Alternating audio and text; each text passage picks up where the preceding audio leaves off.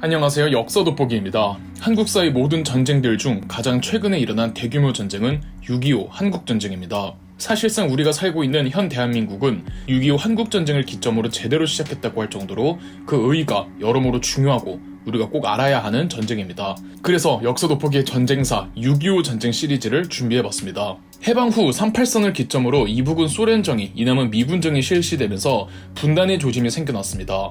통일정부를 수립하려던 노력들이 잇따랐지만 사상은 극단적으로 나뉘어져 타협의 여지가 없었고 결국 남북이 각각 단독 선거를 진행해 1948년 8월 15일 38선 이남에는 대한민국 정부가 수립되었고 1948년 9월 9일 38선 이북에는 조선민주주의인민공화국, 즉 북한 정부가 수립했습니다. 그리고 1950년 6월 25일 한국 전쟁이 시작했는데 그렇다면 이 2년 사이에 어떤 일들이 있었을까요?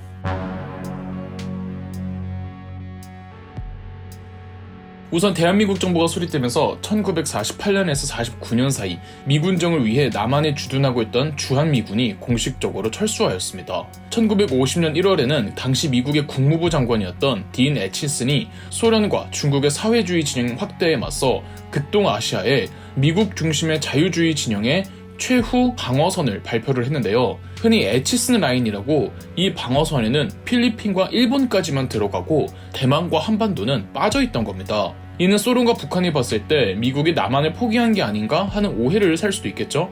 반면 북한은 소련으로부터 군사적, 경제적, 물질적 지원을 대폭 원조받고 있었습니다. 북한의 김일성은 소련의 원조를 받은 북한이 미군의 원조를 더 이상 못 받을 것 같은 남한을 적화통일시킬 수 있다고 판단했겠죠.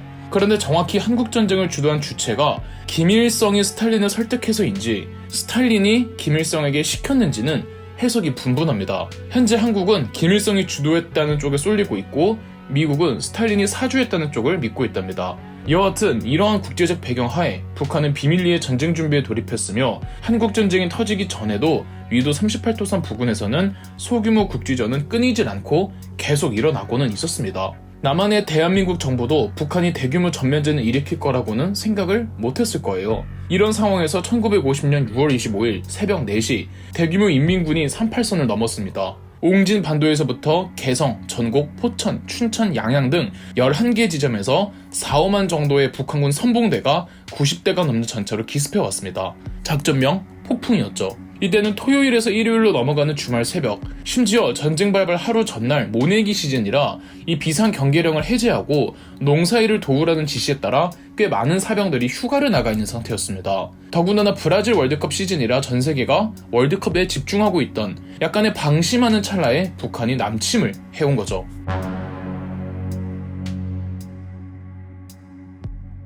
본격적인 6.25 한국전쟁 경과 전에 양측의 조직 구성 및 병력이 어땠는지부터 살펴보도록 하겠습니다. 우선 대한민국 쪽입니다. 당연히 국군 통수권은 대통령이었던 이승만이 정점에 있었고요. 해군 출신의 신성모가 국방부 장관으로 있었으며 일본군 출신의 최병덕이 육군참모총장, 대한민국 해군의 아버지라 불리는 바다 위의 영웅 손원일 제독이 해군참모총장, 역시 일본군 출신이었던 김정렬이 공군참모총장이었습니다. 반면 북한을 볼까요? 북한은 김일성 단독이었을 것 같지만 아직 김일성이 독재를 할 때는 아니었습니다. 북한은 투톱 체제였는데 김일성과 박헌영이 있었죠. 북한은 사회주의 종파들이 좀 많아서 종파별 알력 신경전이 조금 있었습니다.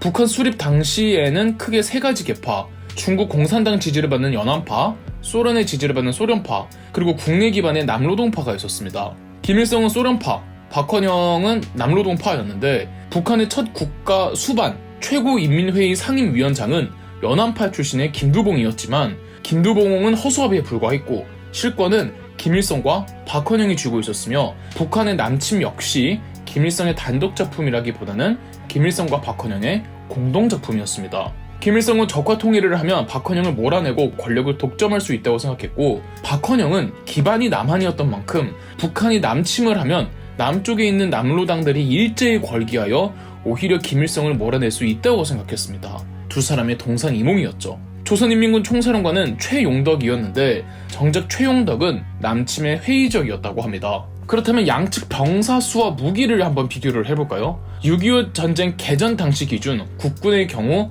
육군은 약 9만 5천 명, 해군은 1240명의 해병대를 포함한 약 6,900명, 공군은 약 1,900명 정도로 도합 10만 명이 조금 넘는 규모였습니다. 북한군의 경우 육군 17만 5천 명, 해군 약 1만 명, 공군 2,800명으로 18만 명이 넘는 규모로 전체 병력 수 차이는 북한의 인민군이 우리 국군보다 2배 조금 안 되게 많았다고 보시면 됩니다. 무기를 간략히만 비교해보자면 국군은 장갑차가 27대를 가지고 있었는데 인민군은 59대의 장갑차를, 무엇보다 인민군에겐 소련에서 지원을 받은 T-34 전차 무려 242대를 보유하고 있었습니다. 우리 쪽은 전차가 없었고요. 함정은 국군이 어뢰 제거용 그리고 탐지용만으로 약 36척이 있던 반면 인민군은 공격용 함정을 많이 가지고 있었으며 소형 어선 다 포함해서는 100척이 넘었습니다. 항공기의 경우 인민군은 전투기 84대를 보유하고 있었으나 국군에게는 전투기는 전차처럼 전무했습니다. 아예 없었어요. 국군 공군이 보유한 항공기는 전투용은 없었고요. 이 훈련기와 정찰기로만 22대가 끝이었죠. 인민군은 기능 막론하고 가지고 있던 항공기가 전투기 포함 226대였고요. 요약하자면 병력으로 보나 화력으로 보나 우리가 압도적으로 밀리는 상황이었던 거죠.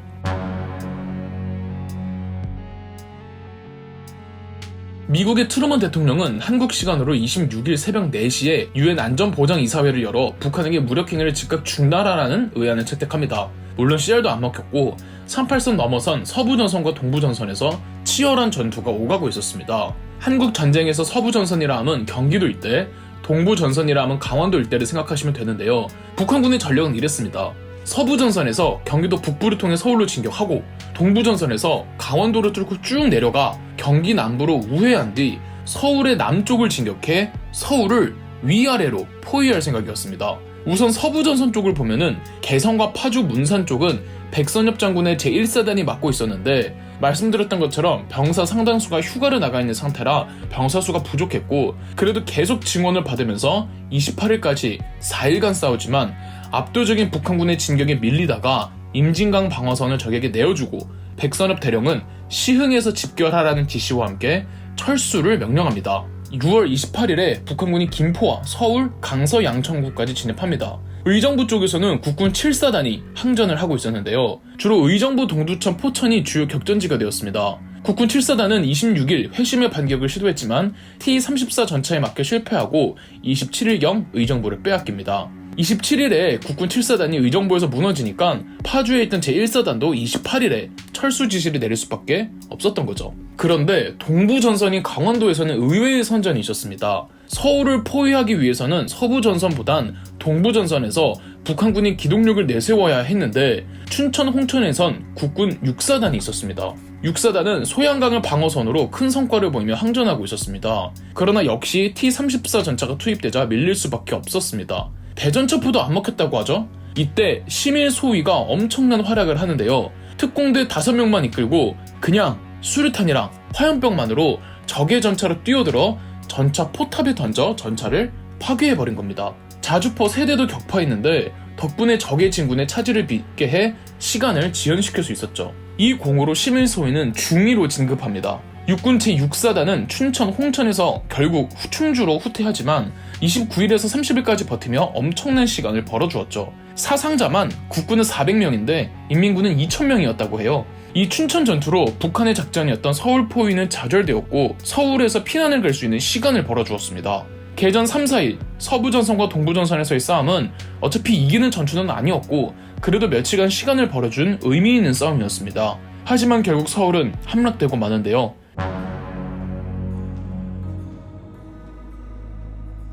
그 사이 6월 27일 이승만 정부는 수도를 대전으로 이전했습니다. 같은 날 미 국무부는 메가더 원수를 한국 작전의 최고 사령관에 임명하였고 29일 트루먼 대통령도 메가더 사령관에게 지상군 투입과 38선 이북의 군사 목표 폭격 권한을 부여하면서 일본에 있던 메가더 사령부가 한국으로 옵니다. 25일 새벽에 침입이 되고 직후에는 서울에 있던 사람들은 어안이 벙벙했는데 크게 걱정을 안 했던 것이 이렇게까지 큰 전쟁일 거라고는 생각을 못했고 이승만 대통령이 27일 라디오로 메가더 장군은 우리에게 수많은 유능한 장교들과 군수물자를 보내는 중이며 빠른 시일 내에 도착할 것이다. 이 좋은 소식을 국민에게 전하고자 오늘 밤 방송을 한다. 우리는 공산주의와 싸우기 위한 우리의 용기와 투지를 증명해 보였고 모든 우방국들이 우리를 지지하고 있다. 나는 전선에서 싸우고 있는 모든 용감한 군인들과 정치인들에게 감사를 표한다며 항전 의지를 불태우었기 때문에 서울에 남아있던 시민들은 안심하는 경향이 있었습니다. 그러나 이미 이승만 정부는 대전으로 가 있던 상황이었고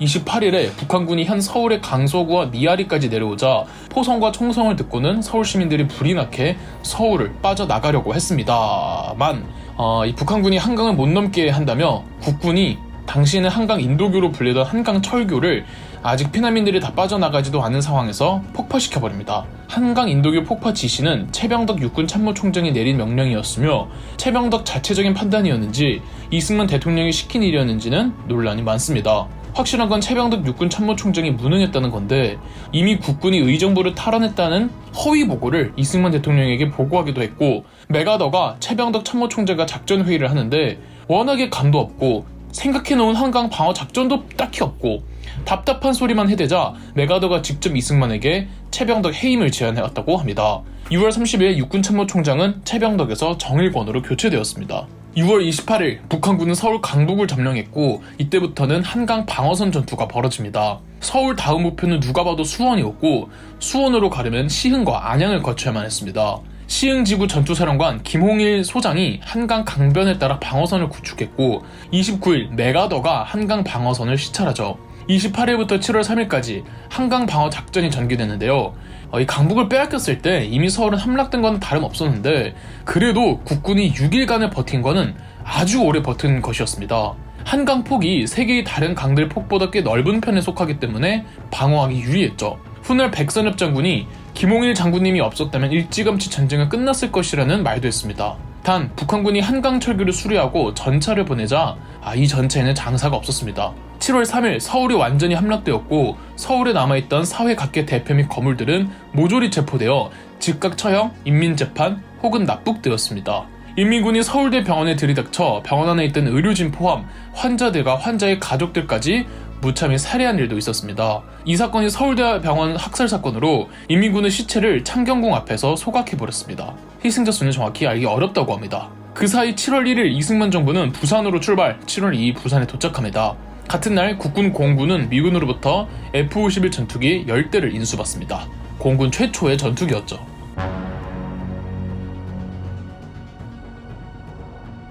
한편 7월 3일 서울을 함락한 북한군은 7월 4일 수원을 함락했습니다. 수원 바로 밑에 오산이 있는데요. 메가더가 가장 먼저 한국에 투입한 스미스 특수임무부대 540명이 오산 중미령에서 대기하고 있다가 7월 5일 북한군과 교전합니다. 오산 중미령 전투는 6.25 한국전쟁에서 미군의 첫 전투였는데 북한군이 전차를 밀고 내려오자 확실히 미군에는 우수한 화력들이 있었습니다. 국군은 속수무책으로 당하기만 하던 전차였는데 스미스 특수임무부대는 대전차 고폭탄과 야포로 북한군 전차에 타격을 주었죠. 그러나 북한군 전차 위력도 막강하여 미군 540명 중 150명이 전사하고 31명이 실종되는 피해를 입고는 후퇴했습니다. 한편 동부전선으로 가볼까요? 춘천 홍천에서 활약을 했던 6사단은 충주 방면으로 후퇴했고 동부전선 담당 북한군도 충북 방면으로 진군하고 있었는데 국군 6사단 중 7연대가 충북 음성의 동랑리에서 매복과 기습으로 북한군 1개 연대를 무찌르며 승리를 거두었습니다. 또 경북 상주 화령장에서도 국군 제17연대가 매복으로 아군 전사자 4명에 적군 전사자 356명을 낸 승리를 거두기도 했죠. 동랑리 전투와 화령장 전투가 판도를 뒤바꾸는 승리는 아니었지만 그럼에도 절망적인 전세에서 나름 단비 같은 승전보였습니다. 7월 6일부터는 미 공군이 평양, 대동강, 해주, 원산, 흥남 등에 폭격을 시작했고 7월 7일 오스트레일리아, 벨기에, 캐나다, 콜롬비아, 프랑스, 그리스, 에티오피아, 룩셈부르크, 네덜란드, 뉴질랜드, 필리핀, 태국, 터키, 영국, 남아프리카 연방 등 16개국 군대가 유엔군으로 편성되었으며 메가더가 유엔군 총사령관 원수로 임명되었습니다. 그리고 마침내 7월 9일 유엔군의 배치가 끝났죠. 확실히 유엔군이 배치되고는 폭격기들의 폭격 규모와 범위가 커지고 넓어지고 있었습니다. 7월 14일 국군의 작전 지휘권을 유엔군 사령관 메가더에게 이양하였습니다. 7월 19일부터는 대전 전투가 개전하였습니다. 이승만 대통령은 부산에 있고 정부는 대구로 옮긴 상황이었지만 대전이 한반도 국토의 가운데에 있고 남부지방 어디든 내려갈 수 있는 교통의 요지였기에 북한군에게 빼앗기면 골치 아파지는 곳이었죠. 대전은 미군 제24사단이 담당하였습니다. 사실 미군 제24사단은 천안, 조치원, 공주 등에서 북한군에게 패퇴하면서 대전까지 밀려있는 상황이었습니다. 하지만 대전에는 병사 수에 비해 방어해야 할 곳이 지나치게 많았습니다. 북한군은 역시 전차를 맨 앞에 내세우며 대전을 포위해갔고 북한군 전투기가 철교, 연대본부, 비행장을 폭격하기도 했습니다. 미군은 대전차포 조 지원을 받으려고 했으나 북한군이 퇴로를 차단한 상황이었고 북한군 보병들 또한 시내로 진입한 시점이었습니다. 19일 밤과 20일 새벽 북한군의 산발적인 공격에 미군은 우왕좌왕하며 부대가 흩어지며 피해 규모는 더욱 커졌고 결국 철수 명령을 내렸습니다. 금산, 논산, 옥천, 퇴로를 이미 북한군이 차단한 상태라 미군은 철수하는 과정에서도 많은 사상자를 내야만 했습니다.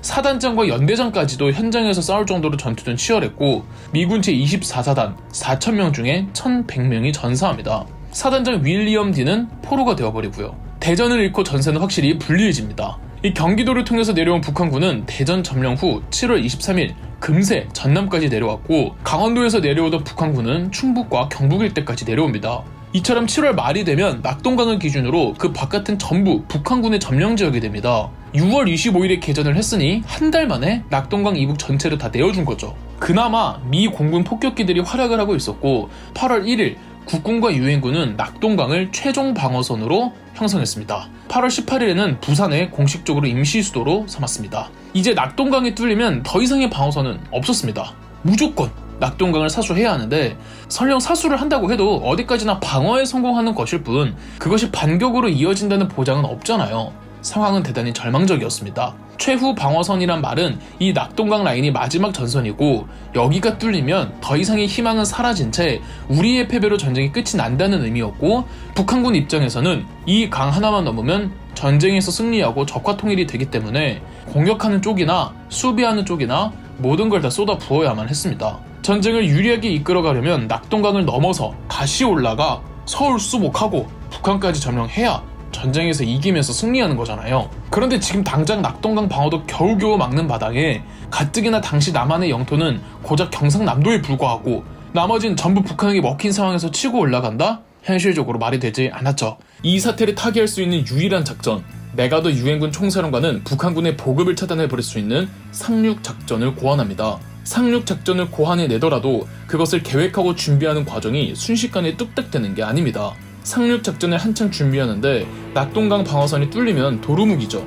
메가더의 상륙작전 준비가 다 될 때까지 낙동강에서 선전을 해주어야만 했습니다. 이름하여 낙동강 방어전.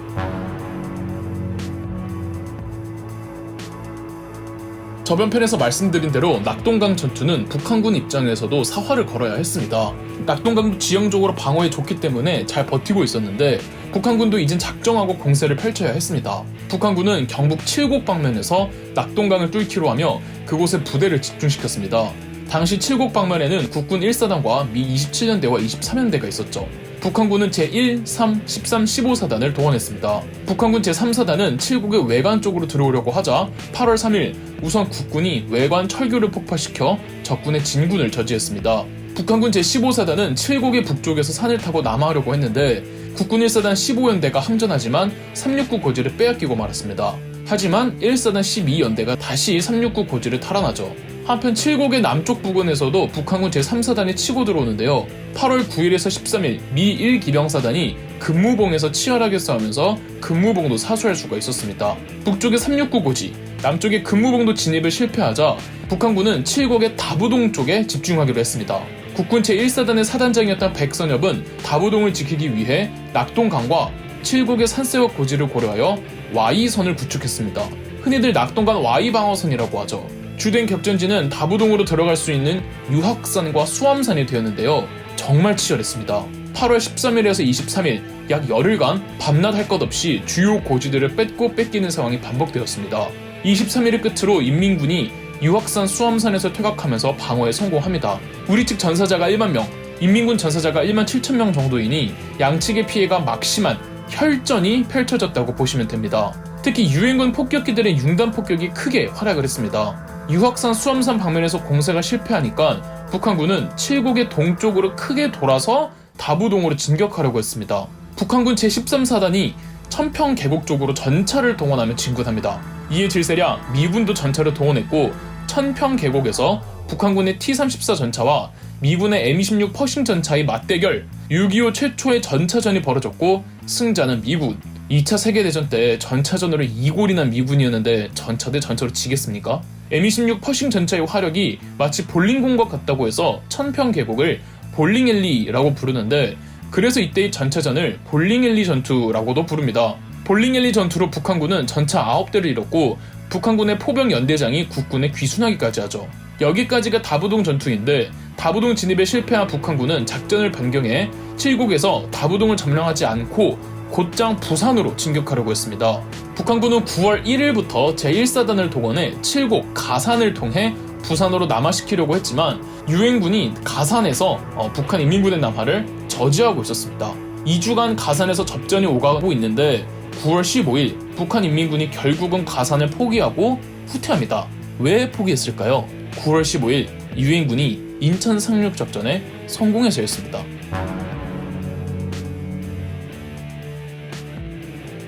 8월 내내 칠곡 다부동을 두고 국군과 유엔군이 낙동강을 사수해준 덕분에 메가더는 8월간 인천 상륙작전을 준비할 수가 있었습니다. 메가더는 일찌감치 인천 상륙작전을 주장하고 있었습니다. 다른 참모진들은 지금 낙동강 전선도 어떻게 될지 모르는 마당에 준비 시간도 너무 많이 걸리는 데다가 이렇게 어려운 임무를 위해 병력들을 많이 빼가면 정작 가장 중요한 낙동강 전선이 뚫릴 수 있다는 위험성이 제기되면서 이 작전은 폐기되어 버렸습니다. 그런데 조금씩 낙동강 전선에서 한국군과 유엔군의 승전 소식들이 조금씩 전해지면서 메가더는 다시 한번 인천 상륙작전을 꺼내듭니다. 단 메가더를 제외한 모든 제장 지휘 참모진들과 미국의 합동참모본부는 상륙 지점이 인천인 것에 대해 반대했습니다. 성공할 확률이 현격히 적다는 것이었죠. 실제 인천은 상륙해서 탈환하기가 매우 애매합니다. 상륙 작전을 하려면 해수욕장, 즉 모래사장이 필요합니다. 여러분 여름에 피서지로 서해안 잘 안 가시잖아요. 서해안에는 모래사장이 별로 없거든요.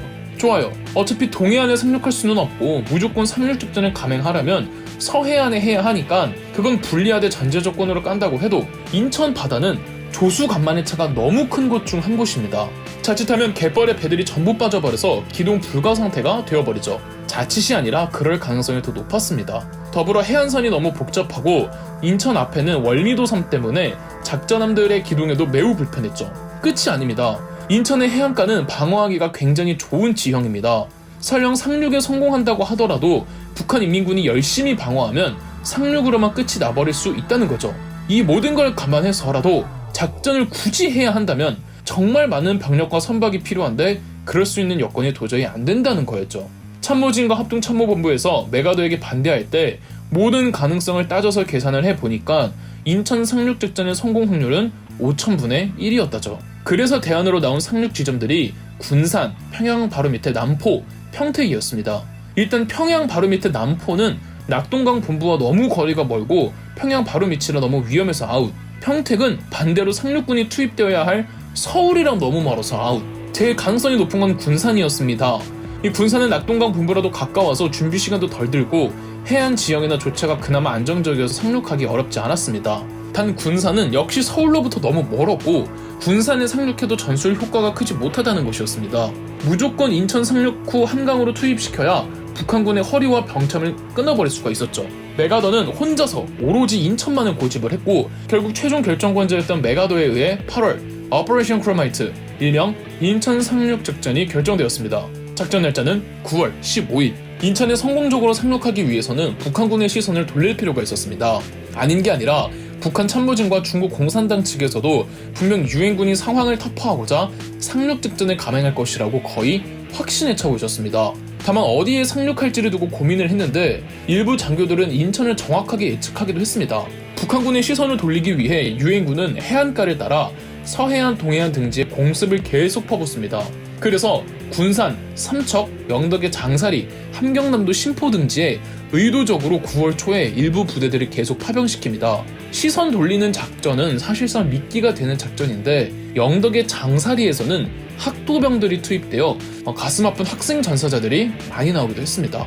육군본부에서 내려온 작전 명령도 9월 13일 영덕 지구로 상륙해 북한군 제2군단의 후방을 교란하라 였습니다. 학도병들은 정식 군인이 아니라 이 당시 전사한 분들의 이름을 알아내는 것도 쉽지가 않거든요. 현재 영덕의 장사리에 가시면 당시 투입되었던 문산호를 박물관으로 만들어 놓았습니다. 그럼에도 북한군은 인천 방어에 소홀히 하진 않았습니다. 중국과 북한 참모진은 인천이 유엔군의 상륙 지점으로 유력한 곳 중 하나라고 손꼽았고 인천을 포함한 상륙 가능성이 있는 곳들의 방어를 강화해놓고 있었죠. 이렇게 어려운 작전이 성공하려면은 적군의 뻘짓도 조금 받쳐줘야 합니다. 유엔군과 한국군은 의도적으로 기자회견하고 정보를 공개하면서 모든 사력을 다해 낙동강을 넘어 북한군과 싸울 것이라는 거짓 정보를 흘리고 다닙니다. 여기에 김일성이 넘어갑니다. 김일성은 상륙 지점에 강화된 방어 병력을 최소한만 놔두고 전부 낙동강 전선에 다 투입시키면서 인천의 방어력이 상당히 낮아지게 되죠. 그리고 완전한 작전 성공을 위해서는 북한군의 방어 현황을 면밀히 알아야만 했습니다. 자연 지형은 메가더와 참모진이 열심히 공부하면 된다지만 인천 해안가를 방어하고 있을 북한 인민군의 방어 진지는 스파이들을 통해 정보를 입수할 수밖에 없었죠. 그래서 일찍이 미 해군 특공대원들이 인천에 잠입해서 갖가지의 방어시설, 장비, 병력 등을 모조리 조사하고 있었죠. 그리고 인천에서 나와 메가더에게 가면 되는데 북한군에게 발각이 되어버리고 만 겁니다. 9월 14일 이 특공대 소속이었던 한국인 임병래 중위가 북한군과 교전하며 시간을 번 사이 특공대들은 무사히 인천을 빠져나가는 데 성공, 추후 메가더에게 정보들을 전달하는 데 성공합니다. 단 시간을 끈 임병래 중위는 빠져나가지를 못하고 체포되기 직전 자결합니다. 자, 이제 모든 준비는 끝났습니다. 9월 14일 미군 해병대를 포함한 유엔군 해병대 그리고 한국군 해병대 도합 280정의 상륙정들이 남해안과 동중국해를 출발해 인천으로 향합니다. 들어가자 인천. 메가더 유엔군 총사령관의 회심의 작전, 전세를 뒤바꿀 5000분의 1의 성공 확률, 만반의 준비를 갖춘 메가더는 9월 15일 비로소 인천 상륙에 돌입합니다. 작전일 9월 15일 전날이었던 14일 미군 해병대를 포함한 유엔군 해병대 그리고 한국군 해병대 도합 280정의 상륙정들이 남해안과 동중국해를 출발해 인천으로 향합니다. 14일 저녁쯤에 인천 앞바다에 서서히 도착하자 이를 포착한 인천의 북한군이 본부에 유엔 상륙정이 보인다고 보고를 하지만 이미 거의 모든 병력이 낙동강 전선에 투입된 상황에서 북한군이 인천으로 지원하러 간다고 해도 며칠을 기다려야 했죠. 15일 0시 05분 인천 앞바다 등대를 점령했고 새벽 5시부터 7시 사이에 월미도에 상륙하는데 성공합니다. 지도를 보시면 월미도가 뾰족 튀어나와 있기 때문에 월미도를 제압하지 않으면 목표로 했던 상륙 지점에 상륙을 해도 포위되어 양쪽에서 포격을 받을 수 있어서 월미도가 우선이었습니다. 이른바 그린비치라는 월미도의 상륙 지점에 상륙 후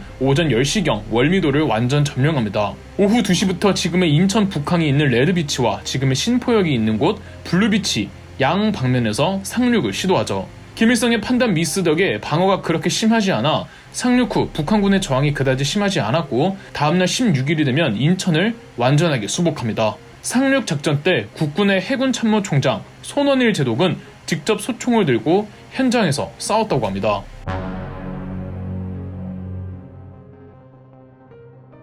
유엔군은 곧바로 서울로 진격 9월 20일 영등포에서 시가전을 벌였습니다. 유엔군은 영등포에서부터 계속 북한 인민군을 몰아세우며 22일엔 노량진까지 진출합니다. 한강 쪽에 미 제1해병연대가 몰아붙이고 있었다면 서울 강북의 서쪽 신촌 일대에선 미 제5해병연대가 분전하고 있었습니다. 연희 고지에서 국군 해병대까지 지원을 했지만 이곳에서 북한 인민군의 저항이 만만치 않아서 피해가 막심했다고 합니다.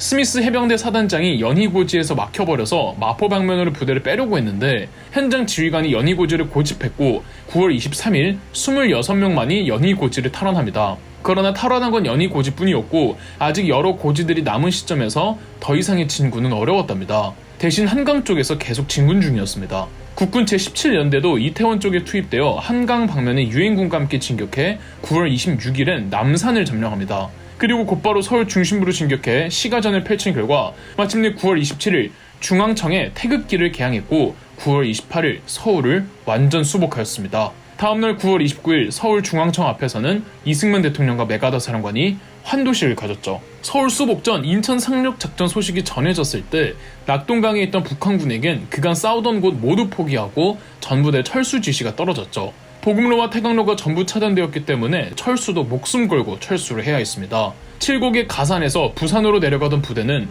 인천 상륙작전 소식이 전해지자마자 철수했고요. 낙동강에선 국군과 유엔군 전군이 반격에 나서서 동해안에서는 국군 제3사단을 중심으로 9월 22일 포항 탈환, 9월 27일 울진 탈환, 9월 30일 강릉 탈환, 그리고 10월 1일 38선을 넘는데 성공합니다. 낙동강에서 내륙으로 나간 국군 및 유엔군도 9월 28일 대전을 탈환한 뒤 방향을 남쪽과 북쪽으로 쪼개서 남쪽으로 내려간 군대는 9월 29일 광주를 탈환하며 전라도로 수복했고, 북쪽으로 올라간 군대는 9월 30일 천안을 탈환한 뒤 수원으로 진격해 서울에 있는 부대와 연결합니다. 단 전남과 경남 사이에 있는 지리산에는 워낙에 숨어있던 빨치산들이 많아서 이 지리산 빨치산 토벌에는 더 많은 시간이 소요됩니다.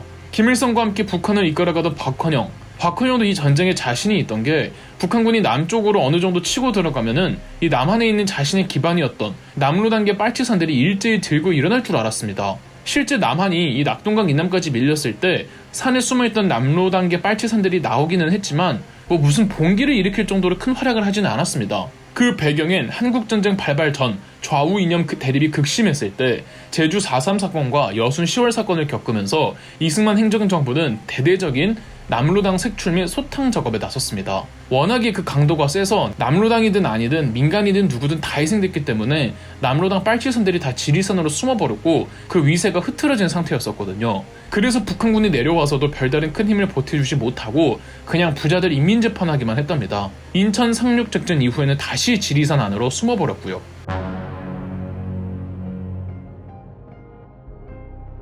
국군과 유엔군이 남한을 다시 회복했을 때 비극적인 사건이 일어났습니다. 바로 보도연맹 학살 사건인데요. 보도연맹은 한국전쟁 발발 전 이승만 정부가 반공정책의 일환으로 과거 공산주의자이거나 공산주의 단체에 가담했던 사람들 가운데 반공주의자로 전향한 사람들을 모아 만든 조직체로 과거 자신이 활동했던 행적을 반성하고 공산주의를 비방하는 선전 업무를 도맡았습니다. 그러나 보도연맹 가입 절차가 이 문제가 좀 컸는데요. 보도연맹에 가입시키는 수를 공무원들의 실적으로 계산하다 보니까 관공서에서 반강제로 아무나 다 보도연맹에 가입시켰습니다. 공산주의자 출신이 아니더라도요.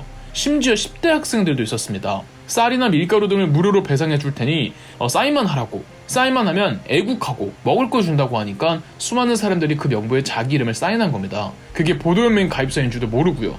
한국전쟁 발발 직전 보도연맹에 가입된 전국 회원수가 무려 30만 명이었습니다. 그러다 한국전쟁이 터지고 낙동강까지 국군이 밀리자 보도연맹 회원들은 북한군에게 잡혀서 기회주의자의 앞잡이, 반동분자로 낙인 찍혀 북한 인민군들에게 공개 인민재판을 통해 사형당하기 부지기수였습니다. 죽고 싶지 않으면 다시 공산주의자로 전향하겠다는 맹세를 해야 했죠. 이러니 보도연맹이 다시 공산화됐다며 부풀려진 채로 소문이 일파만파 퍼졌고, 대한민국 행정당국은 보도연맹이 대한민국을 배신했다고 판단 내렸습니다. 인천 상륙작전으로 국토수복 후 이승만 대통령은 보도연맹에 대한 가혹한 처벌과 보도연맹에 조금이라도 연루된 자들은 직결처분 내지 처형 지시를 내렸습니다.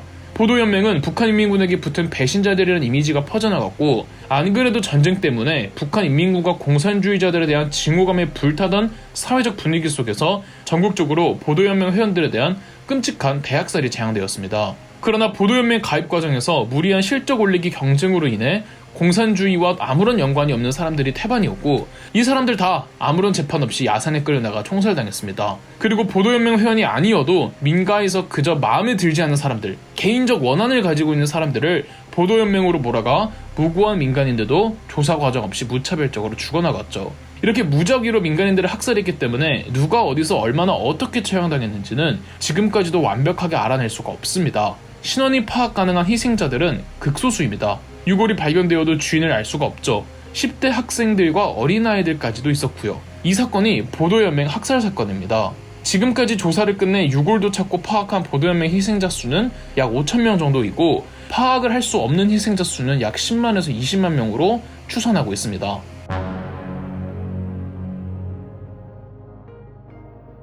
이제 전쟁의 양상이 달라졌습니다. 그간은 북한군의 공격을 막는 것이었지만 이제는 우리가 공격해서 전쟁으로 통일을 할 차례였습니다.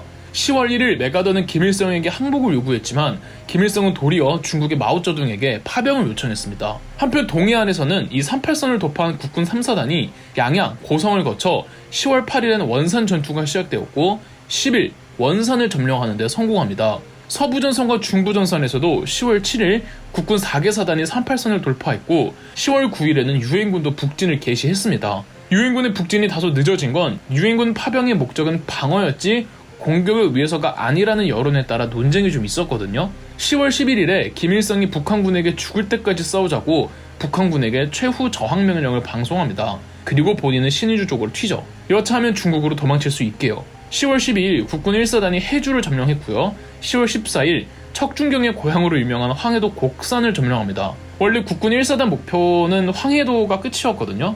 그런데 사단장 백선엽 장군이 평양 점령은 반드시 국군 1사단이 해야 한다며 주장해서 곧바로 평양까지 진격, 18일부터는 평양 전투가 개전합니다. 국군 1사단 내에서도 연대별로 대대별로 가장 먼저 입성하려고 경쟁을 했는데 그 영광은 제15연대가 가져갔습니다. 1사단 제15연대는 19일 정오에 평양의 김일성대학 점령 후 오후 2시 모란봉 장악, 그리고 오후 3시에 평양시청을 점령하면서 이 평양 전투도 고작 이틀 만에 끝이 났습니다. 이후 10월 30일 평양을 방문한 이승만 대통령은 평양시청 앞에서 평양시민에게 연설을 하는데요. 그동안 200만 이상의 북한 동포들이 재산과 가족을 떠나 남쪽으로 내려왔으며 우리는 없는 것은 서로 나누어 먹으면서 화해롭게 살아왔습니다. 이북에서 피난해온 동포들은 그동안 대한민국의 헌법을 준수하면서 민중의 선두에 서서 공산당의 비행을 지탄하면서 눈부신 활동을 해왔습니다. 여러분의 가족 친척 중 많은 사람들이 민주활동을 많이 해왔습니다. 우리는 자유와 정의를 위하여 싸울 뿐이요 우리가 합하면 감히 덤벼들지 못할 겁니다. 여러분, 이제 와서 누가 남쪽 사람이니 북쪽 사람이니 하거든 우리 대한민국의 앞날을 져야 하는 사람으로 지목해두어 규탄하십시오. 자, 여러분, 다시 한번 나와 같이 맹세합시다. 통일된 자유조국을 위하여 정의를 위하여 싸워 나갈 것을. 평양 함락 후 일주일 정도 지난 10월 27일 국군 6사단이 압록강 바로 앞에 초산을 점령합니다. 이제 북진 통일이 눈앞에 다가온 순간 중공군이 등장합니다.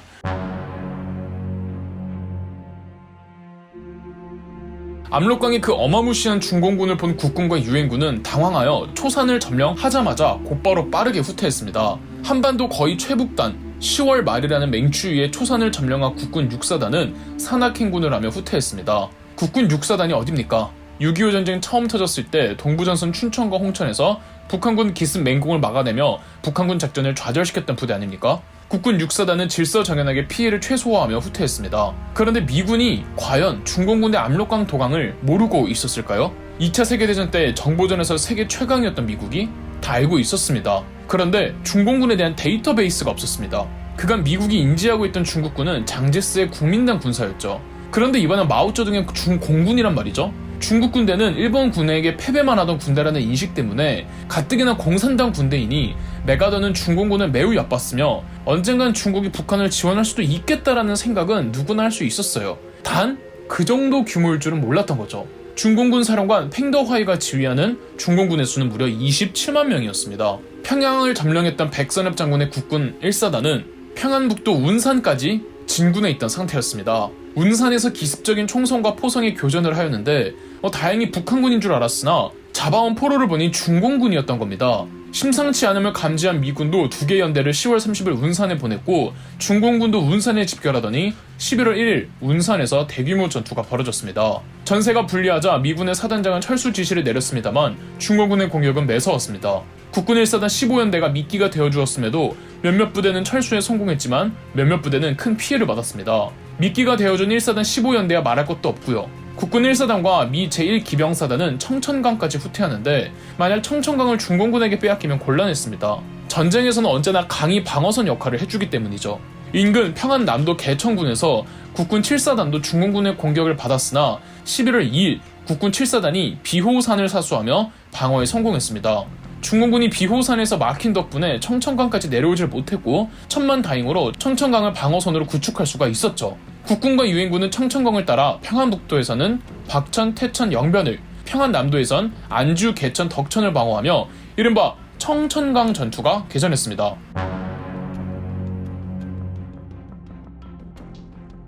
11월 초부터 시작된 청천강 전투, 11월 초순과 중순엔 양측 큰 성과 없이 대치만 하고 있었습니다. 아직 유엔군은 중공군의 규모가 얼마나 있는지 정확하게 파악을 못하고 있어서 정찰기를 계속 보내면서 자료를 수집 중이었습니다. 그런데 그간 미군이 2차 세계대전에서 싸운 일본군과 중공군은 확실히 달랐습니다. 공산당 애들이 잘하는 거 있죠? 숨고 위장하는 거. 이러니 병력 규모와 중공군 부대 이동에 대해서 파악하기가 여간 곤란한 게 아니었습니다. 미군은 중공군의 규모가 한 8만? 안 되지 않을까? 어림잡았는데 실제로는 2~3배에 가까운 병력이었어요. 여기에 맞춰 유엔군은 크리스마스 공세를 준비하고 있었고 국군 7, 8사단이 적진 깊숙이 들어간 상태였습니다. 펑더화이는 처음부터 국군과 유엔군을 유인하기 위해서 그간 대대적인 공세를 취하지 않고 있었는데 딱 국군이 들어와주자 11월 24일에서 25일 넘어가는 새벽에 중공군은 대규모 공세를 펼쳐 뒤덮어버렸습니다. 국군 7사단과 8사단 병력 60%가 괴멸되어 버렸습니다. 이 퇴강로는 이미 중공군이 전날 차단해 놓은 상태였죠. 국군 7, 8사단이 전투 불능이 되어버렸고 미 8군이 중공군에게 포위되어 엄청난 피해를 봐야 했고 미 8군 사령관 월튼 워커 중장은 평양으로 후퇴를 지시했죠. 퇴로는 유엔군 터키 여단이 희생자를 내며 겨우겨우 뚫어주었죠. 이 청천강 전투는 비단 국군과 유엔군에게 큰 타격을 주었을 뿐 아니라 중공군이 미군의 우수한 화력의 병기를 노획해버리기도 했죠. 12월 1일 미 제8군은 평양 바로 위쪽에 평안남도 숙천 순천의 새로운 방어선을 구축하고 있었습니다. 흔히 한국전쟁 때 중공군의 전술을 일컬어 인해전술이라고 합니다. 전술이란 말을 붙여주었지만 전술이 아니라 그냥 무식하게 물량으로 밀어붙인다는 뜻이죠. 그런데 일반적으로 이렇게 알려진 인해전술에 대해서는 약간의 오해가 있습니다. 우선 인해전술의 핵심은 그냥 인원발로 밀어붙이는 게 맹점이 아니라 가장 중요한 목표를 위해서 아군의 희생을 어느 정도 감안해서라도 몇몇 부대를 희생시켜서라도 최종 목표를 달성한다는 게 핵심입니다. 그리고 중공군이 정말 물량으로 밀어붙였느냐 하면 그것도 애매합니다. 중공군이 병력 수가 많은 건 사실이었지만 한국전쟁 통틀어서 개입한 중공군의 수가 어마어마한 것이었고 초기 청천강 전투에서는 중공군의 병력과 유엔군의 병력 차가 그렇게 크지는 않았습니다. 오히려 유엔군이 조금 더 많았어요. 오히려 중공군은 닭도령 전술이 아니라 특유의 위장 전술로 숨고 은밀하게 기동하거나 매복을 한 탓에 유엔군이 파악을 하기가 어려웠고 여기에 크게 당한 거랍니다.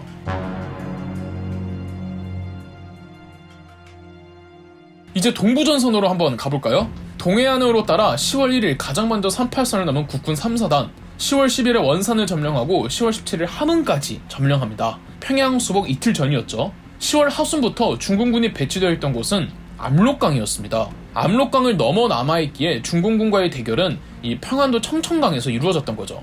그 사이 동부전선에서 국군 3사단은 11월 5일 길주까지 탈환합니다. 여기에 미 제7사단이 함경도 방면으로 지원까지 옵니다. 중공군이 밀고 내려온 서부전선과는 달리 이 동부전선에서는 국군과 유엔군이 더 진격을 합니다. 미 제7사단은 11월 17일부터 압록강과 두만강 사이의 강을 맞대고 있는 해산진에서 영하 30도라는 혹독한 추위를 이겨가며 11월 21일 해산진을 점령합니다. 그리고 청천강에서 이제 막 중공군이 공세에 뛰어들어 국군 7, 8사단과 미 제8군단 덮치고 있을 무렵 11월 26일 국군의 수도사단이 함경도에 청진을 돌입해 탈환을 합니다. 서부전선 청천강 쪽에선 중공군에게 계속 밀리고 있는 상황에서 동부전선에서는 함경도 끝까지 진출하며 크게 활약을 하고 있었죠. 함경도 쪽엔 국군 제3사단이랑 수도사단이 있었고 유엔군 쪽에는 미 제3사단, 7사단 그리고 해병대 1사단이 있었습니다. 두만강 쪽으로 더 진격할 수 있었는데 지금 서부전선이 초토화되고 있잖아요. 그래서 동부전선에 있던 미 해병대 1사단이 서부전선으로 투입해 지원하기로 했습니다.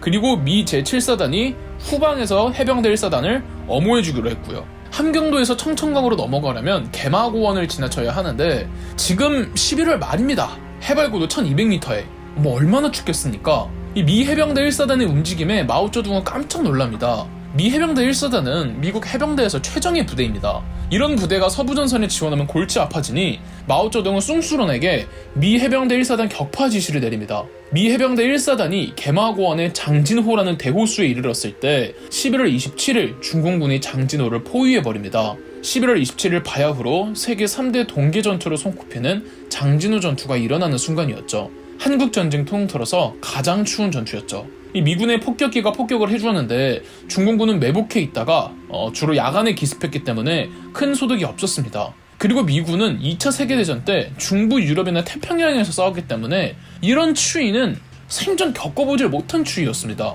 장교들은 후퇴를 제안했지만 포위가 되었기 때문에 후퇴를 해도 죽는 마당이었죠. 퇴로가 없었어요. 중공군이 어디 있는지 보이지는 않고 눈은 적설량 13cm를 기록할 정도로 쌓이고 사단장 스미스는 모든 연대장들과 대대장들에게 본부가 있는 하갈 우리로 모이라는 지시를 내립니다. 집결이 말이 쉽지 눈 때문에 시야도 안 보이고 추위 때문에 한 발자국도 움직이기도 어렵고 보이지 않는 곳에선 총과 포탄이 날라오고 11월 30일에 집결 지시가 떨어지고 12월 4일이 되어서야 하갈 우리에 다 모입니다. 어디로 가든 다 죽는 거, 다 죽더라도 퇴각하자는 스미스 사단장의 지시에 미 해병 1사단과 7사단 한개 연대가 12월 6일 하갈 우리를 빠져나와 죽음의 계곡을 지나 12월 7일 고토리에 도착합니다. 이 과정에서 얼마나 많은 병사들이 죽었을지는 굳이 이야기하지 않겠습니다. 미군은 동부전선에 배치되어 있는 전 유엔군 함흥으로 철수하라는 지시를 내렸고 12월 10일 아침내 함흥에 모입니다. 그 사이 12월 6일 서부전선에서는 평양을 중공군에게 빼앗깁니다. 이 절체절명의 위기,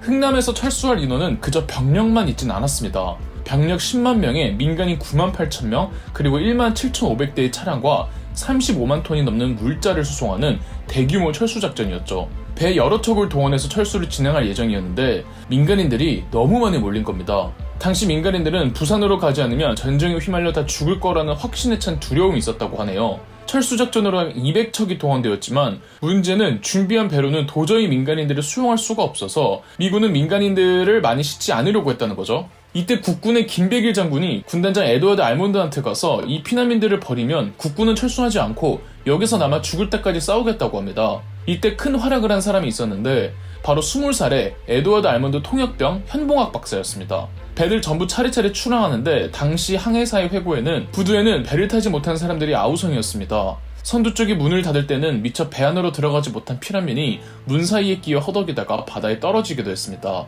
배에 탄 미군들이 배를 빨리 떼려고 허공에 총을 막 쏘았어요. 우리 배가 출항하자마자 흥남시대가 불바다가 됐는데 철수선을 타지 못하고 부둣가에 아우성치던 그 많던 피난민들이 어떻게 됐는지 궁금합니다 라고 했죠. 어떻게든 배에 타려고 쇠문에 매달리고 끼이고 난리도 아니었다죠. 이제 마지막 메러디스 빅토리오 하나 남아있었는데 여전히 민간인들이 많이 남아있었습니다. 여기서 현봉학 박사는 선장이었던 레너드 라루에게 저 피라민들을 버리지 말라며 간곡하게 부탁을 하자 레너드 라루 선장은 배에 실었던 모든 무기와 물자를 버려 무게를 줄이고 남아있던 피난민 1만 4천 명을 전부 태웁니다. 레너드 라루 선장은 이렇게 회고하는데요. 북한 피라민들이 선창에 때를 지어 있었습니다. 그들은 수레로 나를 거나 들 것 혹은 끌고 다닐 수 있는 것은 모두 가지고 나왔습니다. 그들 옆에는 놀라운 병아리들처럼 아이들이 있었습니다. 거의 덩키르크에 준하는 최대의 규모의 철수작전이었습니다. 마지막 배였던 메러디스 빅토리오는 12월 23일 흥남 부두를 출발해서 24일 목적지였던 부산에 도착하지만 부산에 너무 많은 피난민들이 몰려서 25일 거제도에 도착합니다. 수용 인원이 2,000명인 배에 1만 4천 명이 탔다 보니 위생은 최악이었고 다들 앉지도 못한 채 계속 서 있었다고 합니다. 이건 비단 마지막 메러디스 빅토리오뿐 아니라 앞서 출항한 다른 배들도 민간인들을 빼곡하게 차 있었습니다. 그럼에도 메러디스 빅토리오에서 죽은 인원 없었고요. 오히려 인원이 늘어났는데요. 배 안에서 철수 중에 5명의 아이가 태어난 겁니다.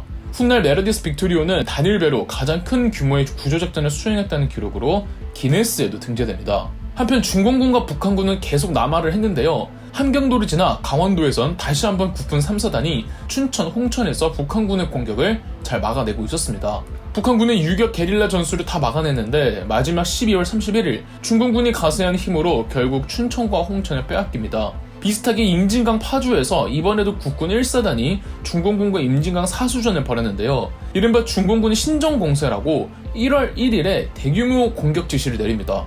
마오쩌둥은 유엔군보다는 상대적으로 힘이 떨어지는 국군을 노렸습니다. 유엔군도 빠르게 임진강에서 국군 1사단을 지원을 해주었는데요. 상황이 도저히 여의치 않아서 미 8군 단장 리지웨이가 백선엽 장군을 잘 설득해 임진강을 포기하고 한강으로 철수합니다. 임진강까지 북한군이 내려오니 서울도 위태위태했고 이승만 대통령은 1월 2일 서울에서 철수, 1월 4일부터 서울 시민들도 피난을 떠나가기 시작했습니다. 당시 온도 영하 15도였고요. 이른바 1.4 후퇴였으며 이날 서울도 함락되고 말았습니다. 중공군과 북한군은 맹공에 나서서 서부전선, 동부전선 할 거 없이 1월 중순까지 충주, 영월, 오산까지 내려옵니다. 메가더 총사령관은 고민을 해야 했습니다. 개전 초기 우리가 밀릴 때 인천 상륙 작전으로 판도를 확 뒤바꾸지 않았습니까? 인천 상륙 작전처럼 작금의 불리한 전세를 전환시킬 수 있는 방법, 바로 원자폭탄이었습니다. 그렇게 항복 안 하겠다고 고집부린 일본을 바로 굴복시켰던 원자폭탄. 메가더는 트루먼 대통령에게 핵폭탄 사용을 적극 주장했습니다. 하지만 트루먼 대통령은 원자폭탄 사용은 신중해져야 할 필요가 있다며 메가더의 요청을 거절했고 메가더와 트루먼의 갈등이 노골적으로 점화됩니다.